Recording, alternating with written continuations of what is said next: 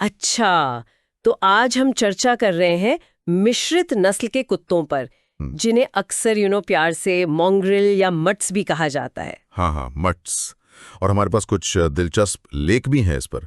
एक का शीर्षक तो काफी अच्छा है, प्यार कोई नस्ल नहीं जानता। हाँ, वही वाला। तो इन सोर्सेस से ही हम आज समझने की कोशिश करेंगे कि भाई इन कुत्तों में ऐसी क्या अनोखी बात है, क्या खास है इनमें। बिल्कुल, और ये जरूरी भी है क्योंकि अक्सर लोग शुद्ध नस्लों के पीछे ही भागते हैं। सही कहा। पर ये स्रोत हमें याद दिलाते हैं कि मिश्रित नस्ल के कुत्तों की अपनी एक अलग ही दुनिया है, उसमें बहुत विविधता है और सरप्राइज भी।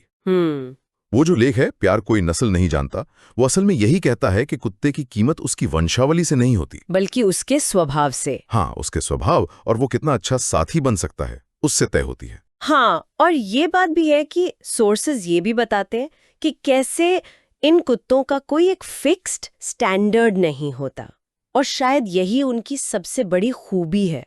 सही, हर कुत्ता अपने आप में एक पहेली जैसा है। उसके गुणों, उसका व्यवहार, सब उसके अनोखे जेनेटिक मिक्स से आते हैं। अच्छा।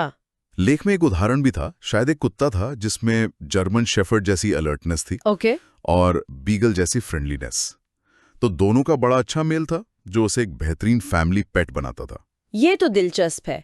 इससे मुझे वो ख्याल आ रहा है, क्या कहते हैं, हाइब्रिड विगर। हाँ, हाइब्रिड विगर, या हम कह सकते हैं मिश्रित ओज। अब देखिए, ये वैज्ञानिक रूप से हर केस में साबित नहीं होता, लेकिन ट्रेंड तो देखा गया है। हाँ, कई बार देखा गया है कि मिश्रित नस्ल के कुत्तों में कुछ हेल्थ प्रॉब्लम्स का खतरा कम होता है, वो प्रॉब्लम्स जो किसी खास प्योर ब्रीड में आम होती हैं। अच्छा। स्रोत यही बताते हैं कि ये जो जेनेटिक विविधता है, ये उन्हें शायद ज्यादा लचीला बनाती है और कई बार ज्यादा एडेप्टेबल भी। हाँ, और अडेप्टेबिलिटी मतलब अनुकूलनशीलता, ये तो बहुत जरूरी बात है। बिल्कुल। जब कोई मिक्स्ड ब्रीड कुत्ते को घर लाता है तो ये सच में एक खोज की यात्रा जैसा होता है। आपको पहले से नहीं पता होता कि उसमें कौन से गुण आएंगे। हाँ, ये अंदाजा लगाना मुश्किल होता है। क्या बता उसमें टेरियर वाली जिद हो या फिर लैब्राडोर जैसा एकदम शांत स्वभाव।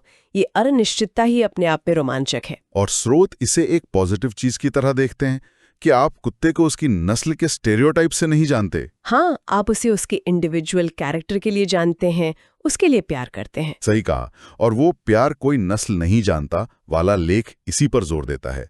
वो हमें याद दिलाता है कि कुत्ते के साथ हमारा जो रिश्ता है वो नस्ल के टैग से कहीं ज्यादा गहरा है।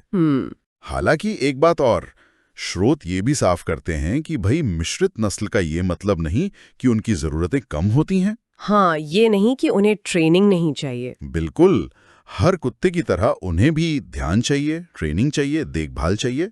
उनकी बैकग्राउंड जो भी हो, उनका व्यवहार तो उनके पालन पोषण और माहौल पर बहुत निर्भर करता है। तो फिर इन सब बातों का निचोड़ क्या निकालें?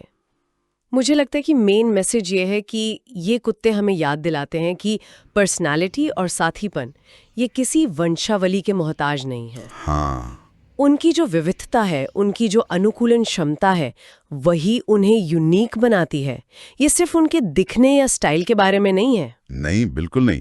ये उनके लचीलेपन और जिंदगी जीने के जज्बे के बारे में भी है। सही। और ये बात हमें एक जरूरी सवाल पर सोचने पर मजबूर करती है। क्या? कि जब हम नस्ल के इस आइडिया से आगे देखते हैं तो क्या ये हमें जानवरों के साथ हमारे रिश्तों पर और शायद एक दूसरे के साथ हमारे रिश्तों पर भी दोबारा सोचने के लिए प्रेरित करता है? अच्छा पॉइंट है। क्या मिश्रित होना, चाहे वो कुत्तों में हो या समाज में, क्या वो अंत में लचीलेपन और ताकत का स्रोत हो सकता है? ये सोचने वाली बात है ना? हाँ, बिल्कुल सोचने वाली बात।